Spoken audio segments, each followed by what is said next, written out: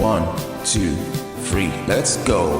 Wednesday afternoon, hoping you will tune into our show. In the book to then, it was like attract what you want. And I tried my hardest, but I still couldn't get a girlfriend. I still couldn't get a girl. So would that then be down to confidence, do you think? Well, yeah, I think one thing you said there about these think big, and yeah. I've always liked the idea that gaining success in any subject, in any sphere, is like 2% inspiration and 98% perspiration. In other words, some people make it easy. They make it look easy. You think, wow, they didn't have to do much to become successful. I guess some may have said that of the Beatles when they became famous years ago. But in fact, behind, a bit like the duck on the water, it looks all very sedate swimming along, but underneath, the legs are going like Billy-O. They're going mad to keep the swim, keep the duck swimming. So, yeah, success anyway, I think, only really comes to most people from very hard work. So that's one thing. But equally, I think there's another very good book which has been around for a long time called The Power of Positive Thinking. And yeah, it has to be said that if we think positively, then they tell us that the universe attracts good things to come to us. And I do think generally, if we have a positive attitude and disposition in life, we won't get too depressed about the negatives, because we tend to look for those things that sort of confirm our view of the world. And if we have a very negative view of things at the moment or any time, I guess we can find enough things to worry about and think, well, this is why I feel like I feel. Whereas actually consciously looking for the positive and trying to stay positive, and this comes down to the confidence again.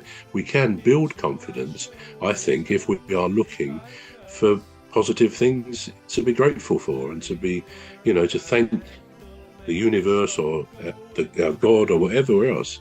We have a lot of very good things in life. So, yeah, I think being positive attracts positivity in other people and in general. Yeah. Farm? Wow, I think you just covered the whole topic. All right, good, yeah. But yeah, I had a point. I don't even know if it's any different to what Trevor's just said, to be honest. I mean, just kind of that was quite humbling, to be fair, because the law of attraction does state many things, exactly what Trevor was saying. If you think positively, positive things come. If you think negatively, negative things come. And I suppose that's the purpose of the law of attraction. But then I think there's obviously because there's so many different aspects to being confident, as we mentioned. Just because maybe you might not be confident in speaking to women, it might not be the same kind of thing as if you got up onto a stage and was to speak publicly to thousands of people. So in one way, you might not be confident to speak to women, but you could actually just get up on stage and speak to 10,000 people without even batting an eyelid. So there are so many different dimensions to confidence. It's I'm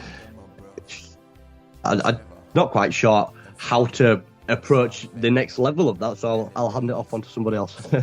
Yeah, that's fine. Yeah, I mean, yeah, so go on, bro. No, I was only going to throw in there. The leader of our gang will make the show go with a bang and fund the aim of everything casters. And fund the aim of everything casters. Hoping you will. It's I'm not quite sure how to approach the next level of that, so I'll hand it off onto somebody else. Yeah, that's fine. Yeah, I mean, yeah, so go on, bro. No, I was only going to throw in there. I think I mentioned assertiveness can be a sign of confidence, but that can be a bit of a double whammy, because, as I think I said as well, just to make the point, being assertive in my feeling is good. You're confident, you're decisive for the most part, and you're assertive. You think you know what you want and you go for it.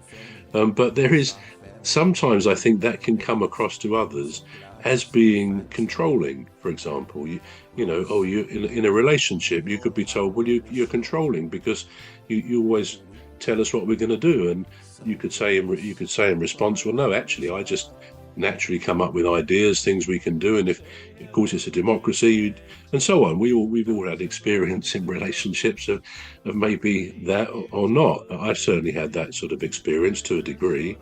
So you tend to hold back a little bit, and you lose a bit of confidence if it's suggested that there's any kind of controlling element to you being assertive.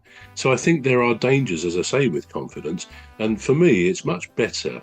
I mean, confidence as a state, if you like, is attractive. I think most people, men and women, boys and girls, would say they're attracted to people who are self-confident, and there's no question about that. You know, I think it comes even above people's looks, if you like, in relationship stakes. If someone has really got great rock hard self-confidence in whatever they do, whatever they say, they seem to draw people towards them. And I think it must be quite good to have that high level of self-confidence, provided it doesn't turn into arrogance. I used to know a guy, I've not heard from him for a long time, but he was very tall, great fellow, he really was. Just the sort of guy who I've just been talking about, very attractive. He attracted friends, he attracted women, he attracted men friends, and so on. And he was 6'4", 6'5" tall. Now, that we may think, oh, well, that's a big advantage to him, but I don't think it is. I think being that tall could well be a disadvantage in terms of your self-confidence, because, you know, people can make a few snide comments like, what's the weather like up there, or all sorts of things people think is funny when they say it, but actually it can be quite harming to the person concerned. So my experience of when I've ever known some very tall people is that they kind of have to overcome the instinctive sense of just not being like everybody else. And anyway, this particular guy, he was amazing because he often parodied himself. He would make kind of, I suppose he knew he was long and gangly, not in an unpleasant way, and so he played on that sometimes. And the way he had great expressions, things he said. I mean, I could go on for a long time talking just about him. He was an amazing fellow. But this self-confidence, coupled with absolute decency as a person, he's just one of those people you warmed to, made him stand out. Not just with his height, but with his whole personality, his demeanour was self-confident. And of our gang will make the show go with a bang and fund the aim of everything cast us and fund